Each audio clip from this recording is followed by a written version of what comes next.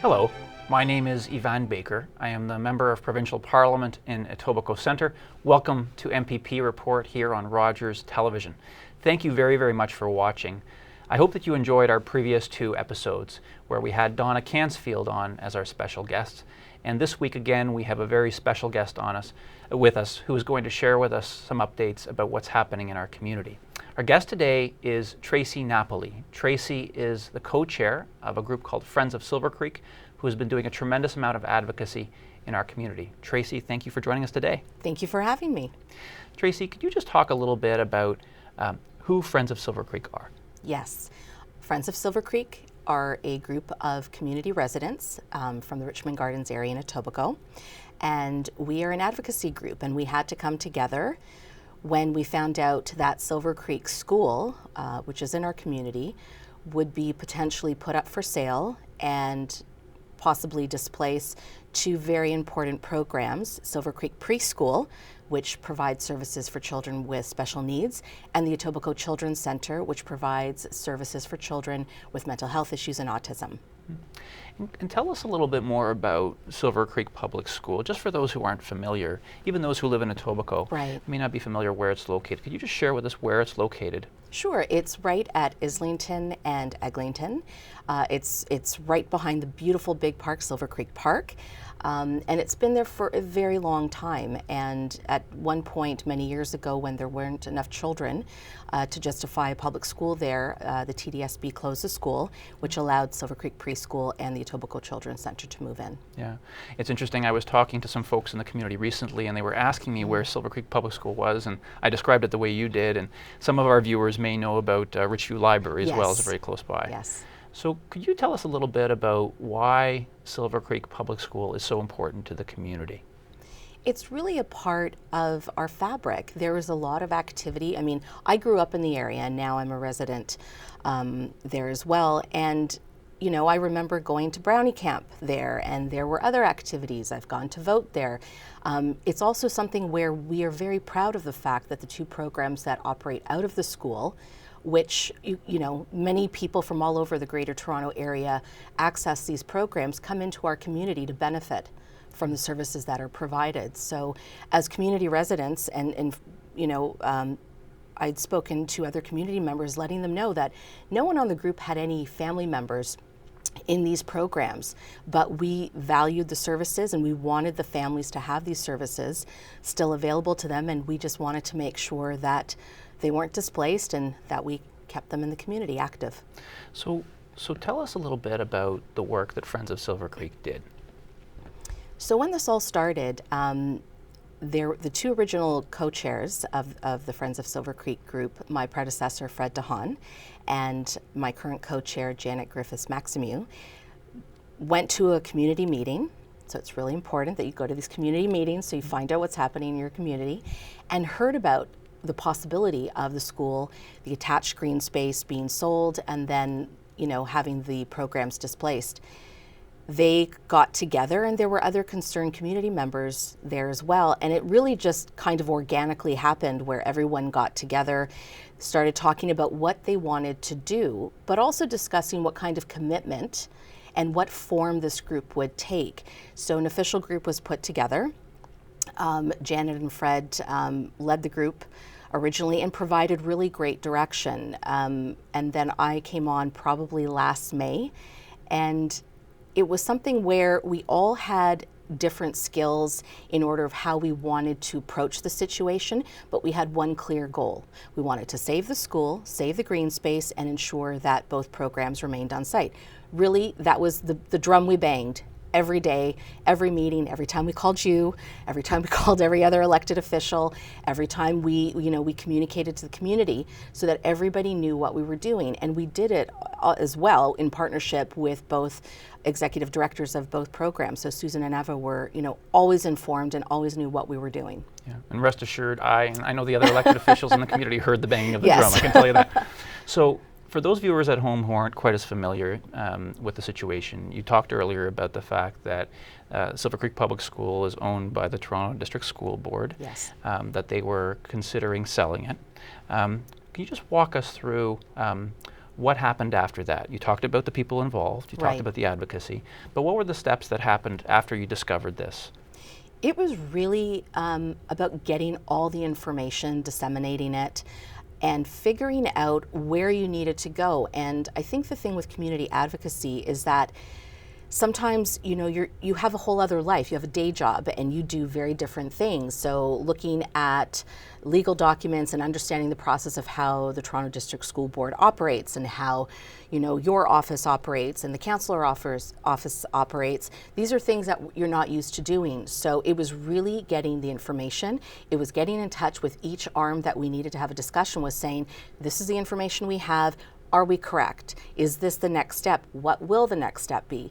What we also learned was it's really important to ask the right type of question and keep asking questions until you get the answers that you need. And then letting everybody know. It's much more powerful when you have a very concerted effort by, you know, a group of people, but then you need to also let the entire community know, and not just the community that lived in Richmond Gardens, the entire GTA, the parents of the program children that, you know, attended both Silver Creek Preschool and the Etobicoke Children's Centre. Because as I said, these are families from all over the Toronto area, and we had great support from all over the city. That's fantastic. So, Yes. so tell us a little bit about what the outcome has been of your advocacy.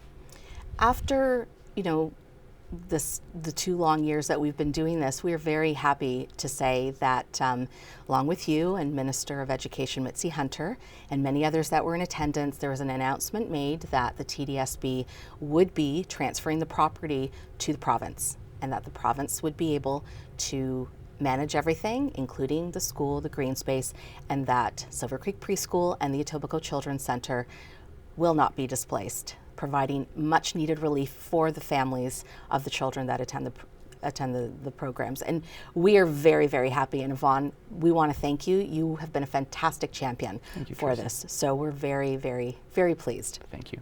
I have to tell you that that announcement was has been the highlight of my time in public office. Yes. So that's the reason I ran for MPP, was to help shape things like that.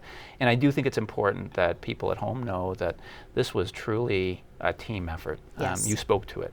Friends of Silver Creek, the Etobicoke Children's Centre, Silver Creek Preschool, the community, TDSB, Government of Ontario, everyone came together to come to a solution You around can this, make didn't they? change happen, but Yeah. you have to be committed. You have to get everybody on the same page, and you have to get people active. And we had many people who thought, you know, oh, it's not going to happen. It's already done. Don't you know that?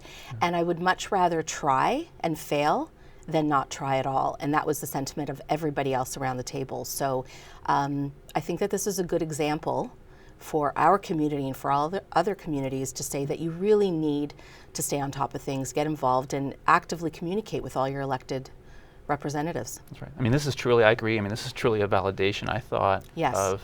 of the importance of community advocacy. This really wouldn't have happened without you, without the Friends of Silver Creek, without all the others we talked about. So, absolutely. Tell me a little bit about what this means to you personally. Like, why are you involved? Why Why am did I you get involved in involved? this cause? And why is this important to you? I'm part of the community. I love my neighborhood. I grew up there. I chose to also move into the community. And when I heard about what could potentially happen to these families, I just thought, you know, they have so much to deal with. Every day is a struggle. And the fact that they trusted us to advocate for them was wonderful. And the fact that we could do this for them was wonderful. And sometimes you just need to step in when you think something that's happening isn't right. Yeah. And that's what we did. And I'm very happy about that. That's great. That's great. One of the things, you know, the focus has been on protecting the services for children with special needs, of course, and that's what we've all been focused on.